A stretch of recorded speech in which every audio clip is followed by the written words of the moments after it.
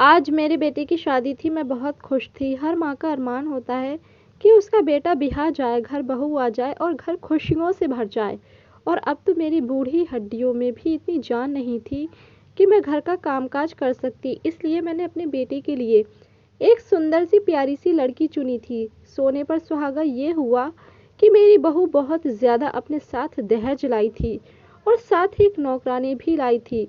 पहले तो मुझे हैरत हुई और थोड़ा अजीब भी लगा कि बहू नौकरानी ही ले आई है, जबकि काम के लिए नौकरानी तो मैं भी रख सकती थी। लेकिन मुझे नौकरानी के काम पसंद ही नहीं आते थे। मैंने मन ही मन सोचा कि रह ले ये हफ्ता 2 हफ्ता यहाँ, फिर इसको चलता करूँगी। लेकिन जैसे जैसे वक्त गुजरता गया, सिम्मी मेरे घर में अपनी जगह बनाती गई। न जाने क्या था जो मुझे उसकी तरफ खींचता था। मुझे बड़ी मोहब्बत सी हो गई थी उससे। जहाँ तक मेरी बहू की बात है, तो उसको मैंने पहली बार पार्लर में देखा था। जहाँ मैंने उसको देखा पार्लर में, मैं अपनी भांजी के साथ गई थी, वरना मैं पार्लर वालर के चक्कर में नहीं पड़ती। लेकिन जब मैंने पार्लर वाली लड़की को देखा तो वो मुझे बहुत अच्छी लगी। सुलझी हुई, तमीज़दार। उसकी माँ भी उसके साथ थी। बातों बातों में मैंने उनसे रिश्ते की बात कर ली और ये सिलसिला निकल पड़ा। अब मैं अपने उस फैसले से बहुत खुश थी। मेरी बहू नूर भी बहुत अच्छी थी और काम वाली सिम्मी भी। लेकिन बहू के साथ जो मुलाजिमा आई थी वो हर वक्त नकाब में रहती थी। ये बात काफ़ी अजीब लगती थी, लेकिन मैं खामोश रही। मैं अपने किचन का काम किसी को नहीं करने दिया करती थी। लेकिन वो लड़की यहाँ भी मुझे मात दे गई। वो बहुत ही अच्छी और नेक थी। मैंने उसे दिल से खुश होकर खाना बनाने का काम भी सौंप दिया था। अब मैं बहुत सुकून में थी। वो लड़की ना सिर्फ घर के काम करती बल्कि मेरी भी इतनी खिदमत करती थी कि मैं हैरान रह जाती। लेकिन आज तक मैंने उसका चेहरा ना देखा था, क्योंकि वो हर वक्त नकाब किए रहती थी। मैंने कई बार समझाया कि घर में तो नकाब उतार दो, भला यहाँ होता ही कौन था, हम सास बहू होते थे। बाकी बेटा भी सवेरे ही काम पर निकलता तो शाम को लौटता था। मगर मेरी बात पर वो बहुत घबरा जाती थी। उसके हाथ भी कांपने लगते थे। मेरी बहू आ गई और उसके सामने खड़े हो गई। अम्मी जान, इसको कुछ ना कहें, ये अपना चेहरा किसी को नहीं दिखाती, बहुत ही पर्देदार है, उसको पर्दे में ही सुकून मिलता है, तो आप उसे ना कहा करें। सिमी के जाने के बाद मेरी बहू मेरे पास आकर बैठ गई और आहिस्ता से बोली, अम्मी, हमें उसका चेहरा देखकर करना ही क्या है, जब हमें इतना सुख दे रही है। घर शीशे की तरह चमकता है, खाना टेस्टी बनाती है, मैंने देखा है देर रात तक आपके पैर दबाती है। कहीं ऐसा ना हो कि हमारी फरमाइश पर वो हमसे नाराज हो जाए और काम भी छोड़कर चली जाए। फिर आजकल कहाँ मिलती हैं ऐसी मुलाजिमाएं। बहू की बातों से मैं खामोश हो गई थी, लेकिन मेरे दिल में अजीब सी खटपट हो रही थी। भला औरतों से कैसा पर्दा। ऐसे ही वक्त गुजरता गया। एक रात मेरी आंख खुली और मैं पानी लेने किचन की तरफ जाने लगी। मैंने देखा कि सिमी किचन के साथ वाले कमरे में तहज्जुद की नमाज पढ़ रही थी। उसका दरवाजा खुला हुआ था। मेरी नजरें अब सिमी पर थी। मैंने दिल ही दिल में सोचा कि इतनी इबादत गुजार है। वो नमाज में मगन थी कि वो उस रुख पर बैठी थी कि उसका चेहरा दूसरी तरफ था। लेकिन मैं जानती थी कि इस वक्त उसने नकाब नहीं किया हुआ था। मैं तजस्सुस के हाथों मजबूर होकर वहां खड़ी रही कि शायद उसकी एक झलक मुझे दिखाई दे। और अचानक जब उसने सलाम फेरा तो उसके चेहरे का रुख मेरी तरफ हो गया। जैसे ही उसके चेहरे पर मेरी नजर पड़ी, मैं गिरते गिरते बची। मेरी रूह तक लरस गई थी। या अल्लाह, मुझे अचानक से खांसी का दौरा पड़ा और मैंने जल्दी से पानी का गिलास मुंह से लगाया। लेकिन तब तक सिमी की नजर मुझ पर पड़ चुकी थी। वो भी घबराकर उठी और कमरे के अंधेरे कोने की तरफ भागकर खुद को मेरी नजरों से छुपाने की कोशिश करने लगी थी। लेकिन मैं उसको तब तक देख चुकी थी। तब से मुझे बहुत बेचैनी हो रही थी। सारी रात मैंने कांटों पर गुजारी थी। सारी रात मैं सो न सकी। ये सब आखिर क्या था? ऐसा कैसे हो सकता था? मुझे सुबह का बेसब्री से इंतजार था। मैं बस चाहती थी कि बहू के सामने खड़ी होकर उससे सारा सच उगलवाऊं। मैं चाहती थी एक बार मेरा बेटा ऑफिस चला जाए तो मैं बहू से पूछूं कि ये क्या माजरा है। अगर मेरे बेटे को इस बात की भनक भी पड़ जाती तो वो शायद उसे तलाक दे देता। तलाक क्या, शायद तैश में आकर नूर को जान से ही मार देता। बात ही इतनी बड़ी थी कि कुछ भी हो सकता था। मैं नहीं चाहती थी कि मेरे बेटे का घर उजड़ जाए। मैं सच जानना चाहती थी, लेकिन इतना तो मैं सोच ही चुकी थी कि अगर उसका रत्ती बराबर भी कसूर निकला तो उसको तलाक मैं खुद दिलवाऊंगी। मुझे कुछ समझ नहीं आ रहा था कि आखिर कसूर किसका है। अब बहू ही सब बता सकती थी। मेरा दिमाग काम नहीं कर रहा था।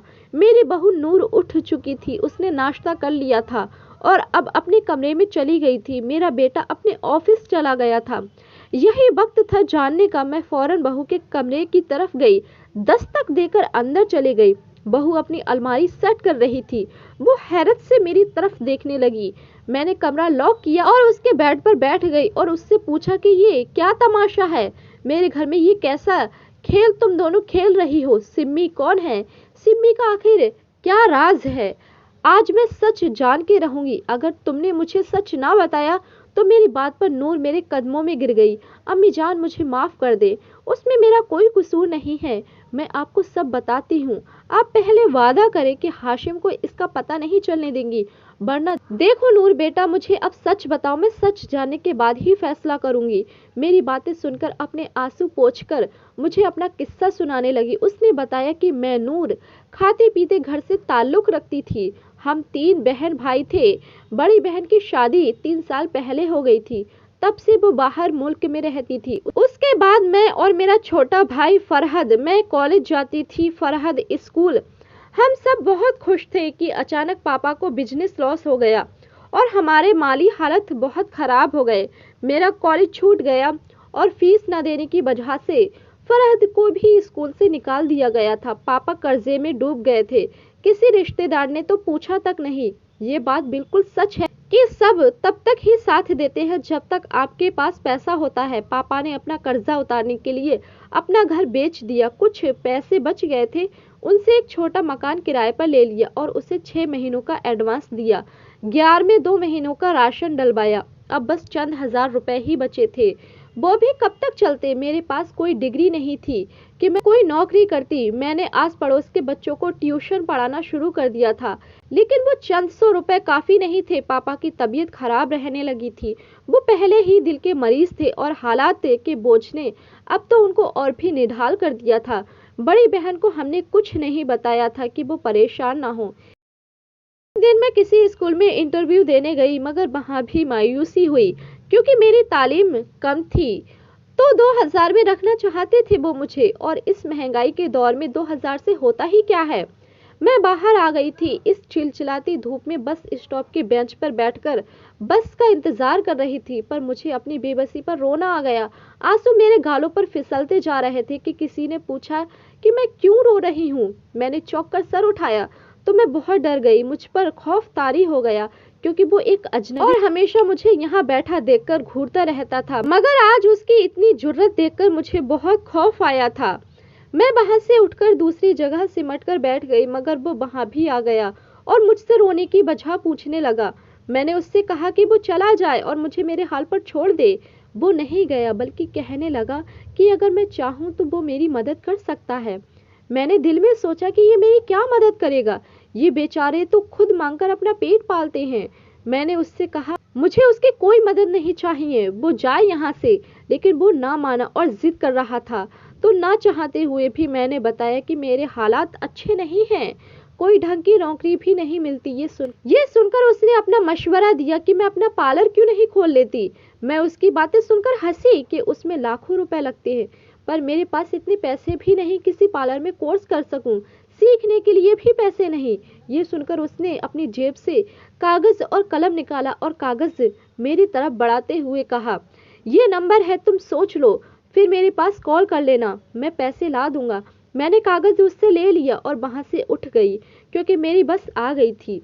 घर पहुंचकर मैं सारी बात भूल गई। रात को जब मैं बिस्तर पर लेटी तो मुझे एकदम याद आया और दिन वाला मुझे सारा वाकया याद आया कि कैसे मैं बस स्टॉप पर बैठी रो रही थी कि अचानक वहां पर वो अजनबी शख्स आ गया था।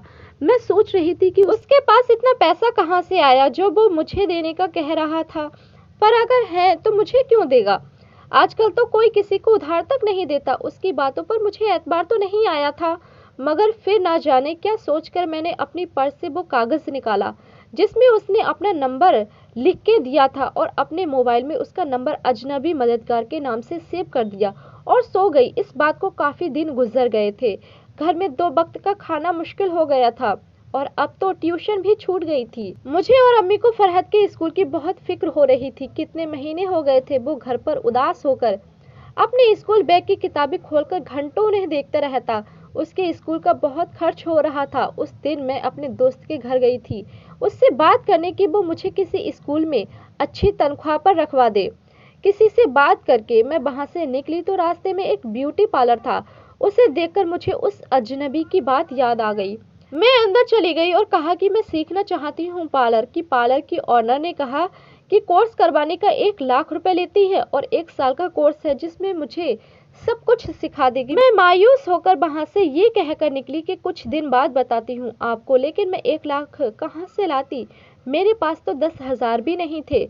मैं घर आ गई और कुछ देर बाद उस अजनबी को फोन किया। उसने मेरा फोन काट दिया और खुद कॉल की और पूछा कि मैं वही लड़की हूँ जो बस स्टॉप पर मिली थी। मुझे हैरत हुई कि उसने मेरी आवाज़ सुने बगैर मुझे कैसे पहचान लिया, मगर मैंने उससे कुछ जाहिर किए बिना ही कहा कि हाँ, मैं वही लड़की हूँ जो उसे बस स्टॉप पर मिली थी और पूछा वो कहाँ से मुझे पैसे देगा जबकि वो खुद बहुत गरीब है। ये बात सुनकर वो हंसा और कहा तुम्हें पैसों से मतलब है? वो तुम्हें मिल जाएंगे, बोलो कितने चाहिए? मैंने कहा कि मुझे 1 लाख रुपए चाहिए पार्लर के कोर्स के लिए और मैं ये पैसे लौटा दूंगी। उसने मुझे उसी बस स्टॉप पर बुलाया और मैंने हामी भर ली। अगले दिन मैं वहां पहुंची तो वहां पहले से वो मौजूद था। उसने मेरे हाथों में लिफाफा दिया और खामोशी से वहां से वापस चला गया। मैंने वो लिफाफा घर आकर कमरे का दरवाजा बंद करके खोला तो मैं हैरान रह गई जब मैंने देखा लिफाफे में 2 लाख रुपए पड़े हैं। मैंने उसे कॉल की और उससे पूछा कि मुझे 1 लाख रुपए की जरूरत थी, तुमने 2 लाख क्यों दिए? तो वो बोला 1 लाख पार्लर में दोगी, तब तक आहिस्ता आहिस्ता 1 लाख घर में खर्च करना। मैंने उसे शुक्रिया कहा और जोश में आकर उससे वादा कर बैठी कि जिंदगी में उसे मेरी कभी कोई मदद की जरूरत पड़े तो जरूर करूंगी। वो मुझे अपनी बहन समझे। मुझे नहीं मालूम था कि अनजाने में मुझसे कितनी बड़ी गलती हो गई है। मैंने फोन रख दिया। दूसरे दिन पार्लर में पैसे जमा किए और पार्लर ज्वाइन कर लिया। दिन इसी तरह गुजरते जा रहे थे। मैंने बहुत कुछ सीख लिया था और फरहत को स्कूल में दाखिल करवाया। इसी तरह साल पूरा हो गया। पार्लर से मुझे कोर्स सर्टिफिकेट भी मिल गया। अब मैं अपना पार्लर खोलना चाहती थी। मैंने अजनबी मददगार को एक बार फिर से फोन किया और बताया मेरा कोर्स कंप्लीट हो गया है। तो उसने कहा कि मैं फिर उसी जगह आ जाऊं। मैं वहां गई तो उसने मुझे लिफाफा दिया और कहा कि मेरे साथ चलो। मैं हैरान हो गई। उसने कहा मैंने तुम्हारे लिए पार्लर देख लिया है जो कोई किराए पर दे रहा है। मैं उसके साथ चली गई और सारी डील कर ली और घर आ गई और पार्लर ओपन का बोर्ड लगा दिया और मदद के लिए एक लड़की रख ली थी और पार्लर खूब चल पड़ा था। घर के हालात ठीक होने लगे थे। मैं तो उसे अपना मोहसिन समझ बैठी थी और दिन रात उसे दुआएं देती। ख्वातीन खूब मेरे पार्लर में आती। उनमें से एक आप भी थी जिन्होंने मुझे पसंद किया और मुझे अपनी बहू बना लिया। मेरी शादी की तैयारी हो रही थी कि एक दिन अजनबी मददगार मेरे घर आया और बोला उसे मुझसे कुछ चाहिए। मैंने कहा कि मैं उसके सब पैसे लौटा दूंगी, वो कुछ वक्त दे मुझे। उसने कहा कि उसे पैसे नहीं चाहिए बल्कि उसे मेरी मदद चाहिए। जो उसने मुझे मेरी ही नादानी में किया हुआ वो वादा याद करवाया जो मैंने उससे 2 लाख रुपयों के बदले किया था। मैं उसकी बातें सुनकर काफी परेशान हो गई थी कि जाने अब मुझसे क्या मांग ले। लेकिन मैंने दिल कड़ा करके कहा कि मांगो, क्या मांगते हो? लेकिन उसकी बातें सुनकर मेरे होश उड़ गए। उसने मुझसे कहा कि तुम मुझे अपने साथ अपने दहेज में लेकर जाओगी। मैं हैरान हुई, मगर ये कैसे हो सकता है? तो वो बोला कि मैं तुम्हें बताता हूँ, तुम मुझे अपने साथ काम वाली बनाकर लेकर जाओगी। मैं हर वक्त खुद को ढांप कर रखूंगा, किसी को खबर तक ना होगी कि मैं लड़की नहीं लड़का हूँ। उसकी बात सुनकर मुझे अब गुस्सा आने लगा था। तभी मैं चिल्लाई, और मैं ये सब क्यों करूंगी? मैं मानती हूँ तुम मेरे मददगार हो, मैं तुम्हारी एहसानमंद भी हूँ, मगर अपने होने वाले शौहर को इतना बड़ा धोखा हरगिज नहीं दे सकती। मैं क्यों एक गैर मर्द को अपने घर लेकर जाऊं? मुझे क्या मालूम तुम किस इरादे और कैसी नीयत के साथ जाना चाहते हो। मैं ऐसा नहीं करूंगी। मैंने मुड़कर अपनी तिजोरी का ताला खोला जो नोटों से भरा पड़ा था। मैंने 2 लाख पहले से ही अलहदा करके एक लिफाफे में डाल रखे थे कि ना जाने कब मेरे मददगार को पैसों की जरूरत पड़ जाए। मैंने वो लिफाफा उसकी तरफ बढ़ा दिया और कहा कि गिन लो, इसमें पूरे 2 लाख हैं, ये लो और जाओ यहाँ से। मेरी बात सुनकर वो एकदम से मेरे पाँव में गिरकर गिड़गिड़ाने लगा था। मैं डरकर पीछे हट गई और वो ज़ारों कतार रो रहा था। उसने मेरे सामने हाथ बांध दिए थे। वो ऐसे रो रहा था जैसे छोटा बच्चा भीड़ में अपनी माँ से जुदा होकर खौफ ज़दा होकर रोता है, जो डर गया हो, घबरा रहा हो। उसकी हालत देखकर मेरा दिल पसीज गया। मैं भी जमीन पर उसके पास बैठ गई। दिलावर भाई, क्या बात है? आपको क्या हो गया है? मेरी बात सुनकर वो उम्मीद भरी नजरों से मुझे तकने लगा। उसने हाथ जोड़कर कहा कि नूर, मुझे मेरी माँ से मिला दो। मैंने कहा, कौन सी माँ? मैं हैरान हुई थी। उसने कहा, तुम्हारी होने वाली सास मेरी माँ है। मैं अपनी माँ की खिदमत करना चाहता हूँ। मुझे तुम अपने साथ ले चलो। मेरी आरजू को पूरा हो लेने दो। उसकी बात सुनकर मुझे धक्का सा लगा। ये कैसे हो सकता है कि वो मेरे शौहर का भाई है? ऐसा ही है बेटा, है तो यूं चोर दरवाजे से क्यों जाना चाहता है हमारे घर? बेतहाशा सवाल उठ रहे थे मेरे दिमाग में। वो बोला, मुझे मालूम है कि तुम मेरी बात सुनकर हैरान हो गई हो। तुम ये भी सोच रही होगी कि अगर मैं सच कह रहा हूँ तो सीधे तरीके से क्यों नहीं चला जाता घर। मेरी मजबूरी है नूर बहन। वो अभी भी रो रहा था। रोते रोते वो मुझे अपनी दास्ताने हयात सुनाने लगा कि जब मैं पैदा हुआ था ना, मेरी अम्मी खुश नहीं हुई। उसको डर सताने लगा था। उसको अजीब अजीब ख्याल आने लगे थे। तुम खुद सोचो, एक लड़की जब ससुराल ब्याह कर जाए तो जल्द ही उम्मीद से भी हो जाए तो वो कितनी खुश होती है। उसको लगता है कि आने वाला बच्चा ससुराल में उसके कदम मजबूत कर देगा। मगर मेरी पैदाइश के बाद मेरी अम्मी के कदम मजबूत तो ना होते, बल्कि वो तो धुतकार दी जाती। मेरी दादी मेरी अम्मी को एक मिनट के लिए भी बर्दाश्त नहीं करती। मुमकिन था कि मेरा बाप हॉस्पिटल में ही मेरी अम्मी को तलाक दे देता। हालांकि इसमें कसूर मेरी अम्मी का तो ना था ना। ये तो अल्लाह की मर्जी थी कि उसने मुझे ना लड़का बनाया और ना लड़की। मेरे लिए तीसरे जीन्स का इंतखाब कर लिया। दिलावर की बात सुनकर मैं हैरान रह गई थी, लरज रही थी। वो अभी भी रो रहा था। उसका वजूद पीला सा पड़ रहा था। उसके आंसू थमने का नाम नहीं ले रहे थे। और रोते हुए दिलावर आगे बताता है कि जब नर्स ने अम्मी को बताया कि तेरे घर तीसरे जीन्स की पैदाइश हुई है तो अम्मी ने नजरों ही नजरों में उससे इल्तिजाएं कर डाली। वो भी अम्मी का दुख समझकर चुप हो गई और मेरे बाप को मुबारकबाद दी कि आपके घर लड़का पैदा हुआ है। सब खुशी के फूले ना समाते थे। हर कोई मेरी अम्मी के आगे पीछे हो रहा था, जबकि वो खामोशी से कोने में बैठे आंसू बहाती जाती थी। मैंने जब भी अम्मी को देखा वो रोती रहती थी। मुझे नहीं मालूम उसने कैसे मुझे घर वालों से छुपाकर बड़ा किया था। घर में किसी को कुछ भी मालूम ना हो सका था और अम्मी मुझे लड़कों वाले कपड़े पहनाती थी। लड़कों वाले स्कूल में भी डाल दिया था, लेकिन मुझे लड़के ना भाते थे। मेरा दिल करता था कि मैं गेंद बल्ले से नहीं बल्कि छोटी बहन शाजिया की गुड़िया से खेलूं। मुझे अम्मी की सुर्खियां अच्छी लगने लगी थी। उनके जेवर सब मुझे बहुत अच्छा लगता था। मैंने एक दिन अम्मी की लाल सुर्खी उठाकर अपने होठों पर लगा ली और बाहर आंगन में चला गया। मेरी दादी हंस हंस कर निढाल हो रही थी। मेरी अम्मी को बुलाकर कहा, देख तेरा दिलावर तो लड़की बन गया। उस दिन मेरी अम्मी मेरा हाथ पकड़कर कमरे में ले गई। कमरे का दरवाजा बंद करके मुझे अब्बू की बेल्ट से बहुत मारा। मेरा जिस्म नाजुक था। मैं 6 साल का बच्चा ही तो था। मेरा मांस सुधड़ गया था। मैं बहुत चीख रहा था, लेकिन अम्मी को मुझ पर रहम नहीं आया। जब मेरे जिस्म से खून बहने लगा तो उनका हाथ रुक गया। अब तो वो मुझसे भी ज्यादा चीख चीख कर रो रही थी। हम दोनों माँ बेटे रो रो कर निढाल हो चुके थे। दादी ने दरवाजा बजाया, लेकिन अम्मी ने ना खोला। वो अपना सर दीवार से मार मार कर लहूलुहान हो चुकी थी। हम दोनों को हॉस्पिटल ले जाया गया। वो मेरे लिए तड़प रही थी और मैं अपनी अम्मी के लिए। मैं बहुत दिनों तक अपनी अम्मी की तकलीफ याद कर करके रोता रहा और अम्मी तो हर वक्त हाथ जोड़कर मुझसे माफी मांगती रहती थी। उस दिन अम्मी ने मुझे समझाया कि अगर मैंने दोबारा ऐसी हरकत की तो अब्बू मुझे ऐसी जगह छोड़ाएंगे जहां हर रोज ऐसे ही मार पड़ा करेगी। उस दिन के बाद मैंने ऐसा करने का भी नहीं सोचा। कई बार दिल चाहा, मगर मैंने अपने दिल को रौंद डाला। कई साल बीत गए, मैं अम्मी की मार भी भूल गया, लेकिन अम्मी मुझे हर रोज समझाती। मैं वो एक कान से सुनकर दूसरे कान से निकाल देता था। लेकिन एक दिन मैंने अपनी जिंदगी की सबसे बड़ी गलती कर डाली। मुझे याद है, जब मैं 10 साल का हुआ तो अब्बू ने घर में ही एक छोटी सी सालगिरह मनाने का सोचा। अम्मी मेरे लिए बेहतरीन पैंट शर्ट निकाल कर रख गई थी, लेकिन मैंने शाजिया की फ्रॉक पहन ली। अम्मी की सुर्खी लगाकर जब मैं केक काटने के लिए निकला तो सब हंस रहे थे। अम्मी भी हंस मेरे सर पर हल्का सा हाथ मारकर बोली, पता नहीं तुम्हारी मजाक की आदत कब जाएगी। फिर वो मुझे कमरे में ले गई। मुझे दोबारा तैयार करते हुए वो बेतहाशा रो रही थी।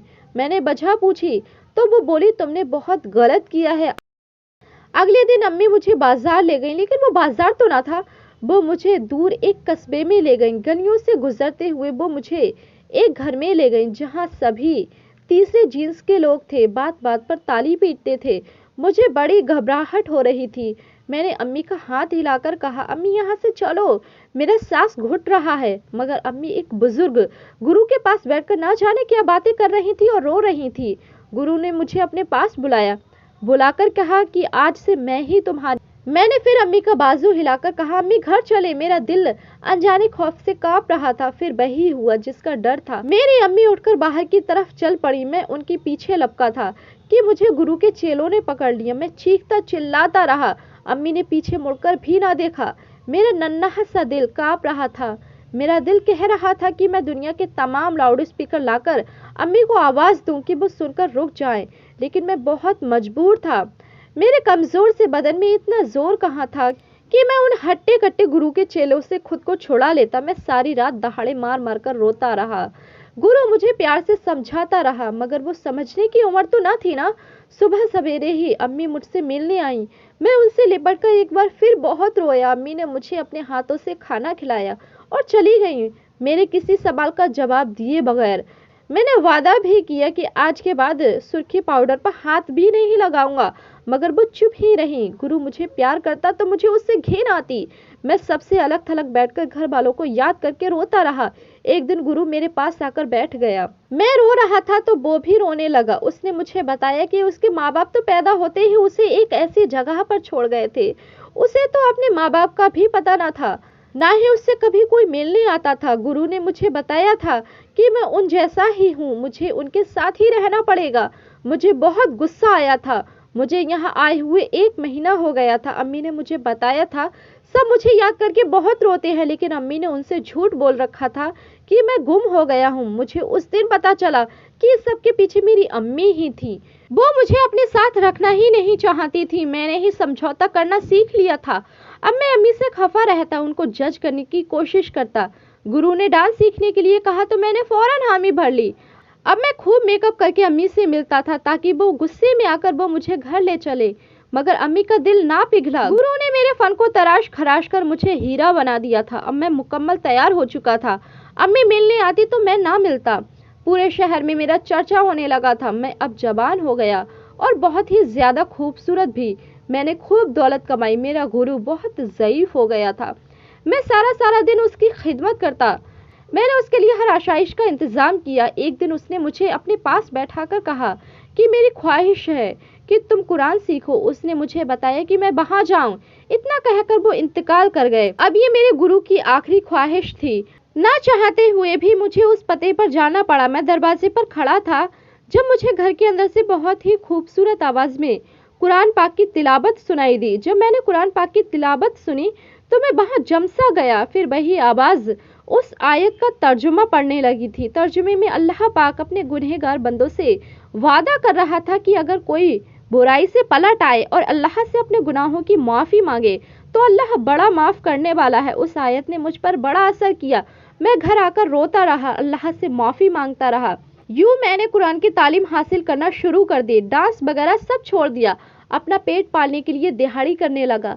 तब मुझे रोजाना जिन आंखों का और जिस तरह के लोगों का सामना करना पड़ता था ये मैं ही जानता था। तब मुझे अम्मी की मजबूरी समझ में आई। मेरी अम्मी आखिर क्या कर लेती। उसकी बेटी भी जवान हो रही थी। फिर भला तीसरे जींस के इंसान की बहन को कौन अपनी बहू बनाता। मैंने अपना सारा पैसा जमा करके रखा था ताकि किसी जरूरतमंद के काम आ सके। तुम मुझे जरूरतमंद लगी इसलिए मैंने तुम्हें दे दिए। मैं अपनी माँ से मिलने का बहुत ख्वाहिशमंद था। मैं उनकी खिदमत करके खुदा को राजी करना चाहता था। एक दिन मैं तुमसे मिलने पार्लर आया तो मैंने वहाँ अपनी अम्मी को देख लिया। फिर पता चला कि वो तुम्हें अपने बेटे यानी मेरे भाई से तुम्हें ब्याहना चाहती हैं। तभी तो मैं तुम्हारे पास चला आया। दिलावर सारी बात सुनाकर रो रहा था और मैं भी रोते रह गई। अम्मी जान उसकी बातें सुनकर मैं खुद को रोक नहीं पाई। क्या मैंने गलत किया? मेरी बहू मुझसे सवाल कर रही थी जबकि मैं तो जमीन में गड़ सी गई थी। मैं बहू के गले लगकर बड़ा रोई। मुझे मेरा नन्ना दिलावर बड़ा याद आया था। उसने कैसी कैसी मुश्किलें झेली। मैं भागकर उसके कमरे में गई तो वो अपना सामान पैक किए बैठा था। मुझे देखकर मेरे कदमों में गिर गया। मैंने उसको उठाया और उसके सामने अपनी गलती कबूल की और उससे गिड़गिड़ाकर माफ़ी मांगी। उसने मुझे माफ़ कर दिया। मेरा दिलावर मेरे सीने से लगकर और बच्चों की तरह बिलक बिलक कर रो रहा था। फिर वो मुझसे जुदा हुआ और अपना सामान उठाकर चल दिया। मैंने उसका बैग उसके हाथों से छीनकर कहा कि वो मेरे पास से रहे। वो घबरा गया और बोला, अम्मी अम्मी मैं आपकी जिंदगी मुश्किल नहीं बनाना चाहता। तब मैं बोली, बेटा जिंदगी तो मैंने तुम्हारी मुश्किल बना दी। लोगों का डर इस कदर मुझ पर हावी हो गया था कि मैं रब के गजब को तो भूल ही गई थी। अगर वो कयामत के दिन मुझसे पूछ ले, बेटा और बेटी मैंने दिए तो तुमने रख लिए, मैंने अपनी पसंद से खास बंदा दिया तो तुमने धुतकार दिया, तो मैं क्या जवाब दूंगी? मुझे मेरे अल्लाह के सामने रुस्वा होने से बचा ले बेटा। मैंने दिलावर के सामने हाथ जोड़ दिए तो वो बैग फेंक कर मुझसे लिपट गया। मैंने पूरे मोहल्ले में मिठाई बांटी थी कि मेरा गुमशुदा बेटा लौट आया। अल्लाह का शुक्र है, उसने मुझे मेरी गलती सुधारने की तौफीक दे दी थी। तो आज की कहानी आपको कैसी लगी कमेंट करके ज़रूर बताएं और लाइक करें। हमारे चैनल को सब्सक्राइब करें ऐसे ही हॉट, टचिंग और सच्ची कहानी सुनने के लिए। तो आज के लिए बस इतना ही। मिलते हैं नेक्स्ट वीडियो में एक नई कहानी के साथ।